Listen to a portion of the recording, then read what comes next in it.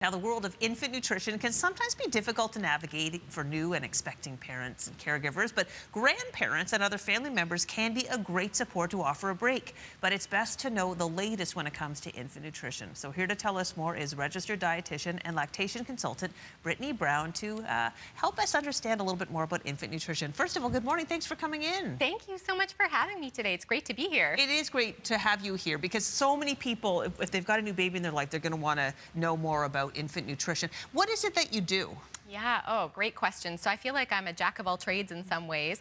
So I'm a registered dietitian and I'm working with families for all stages of life for managing their nutritional needs. But then I also have another designation as a lactation consultant, and that really allows me to hone in on that infant area. Yeah. So working with families as maybe they're navigating breastfeeding or maybe bottle feeding or a little bit of a combination of both. Well, we could certainly, we could do a whole 3-day series if we wanted to get into all of that. But today we're focusing on how to support people, grandparents, for example, and other family members who want to be helpful, how they can help out. So let's begin with if there's a new baby in the life, and they're breastfeeding, how can a grandparent or other family member support that?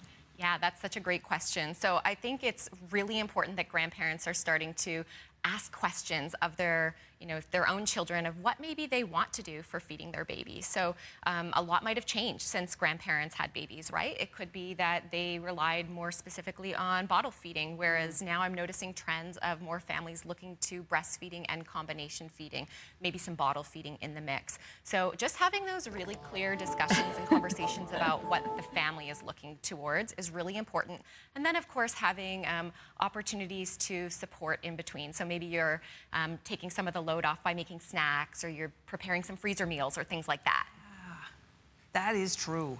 Those little things do come in so handy, especially when you're not having a great day. Just knowing there's something in the freezer you can thaw out and eat, it's a lifesaver. Okay, we're showing images of bottle feeding. Let's just say that the baby is taking a bottle, either they're taking formula or breast milk in a bottle. What do people need to know about bottle feeding? Well, I think it's important that we all are aware that bottle feeding should mimic breastfeeding as much as possible. And that's not just because maybe the family wants to breastfeed, it's also because it helps us to keep our hunger and fullness cues in check.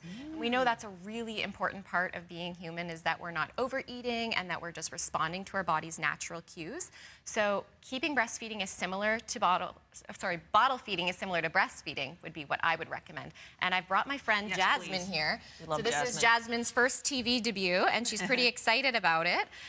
So if we're breastfeeding a baby, we might be holding them like this. When we're bottle feeding a baby, I like to encourage families to also hold them kind of on their side. Okay. And I brought a couple bottles here with me.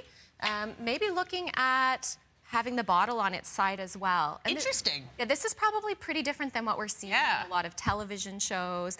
This allows baby to just be more in control of pulling the milk, not having to maybe chug like we might have seen in some sitcoms or things like that, right? Yeah. So that's a pretty significant difference that I really encourage families to do. We call this paced bottle feeding. Paced bottle feeding? I love that. And the gravity will still work for it. Yeah, so babies are going to have to utilize their oral motor skills to pull the milk right from the back of the bottle, just the same as they would for breastfeeding. If that's the only takeaway we get from today, that's huge. That's a huge difference. Okay, we only have about 20 seconds left. Is there anything else you need people to know? Yeah, I want them to know it's not really a problem if there's some air in the bottle. We are going to expel that through our nose as we're breathing. So old school, we would do this. Now it's okay to just have half of the bottle nipple filled. That's going to be the most important thing to take away. Oh my gosh, Brittany, we've learned so much already. I can only imagine one-on-one session what we can learn. Thank you so much for coming in. Yeah, thank you so much for having us. Jasmine did great. We're going to have her back.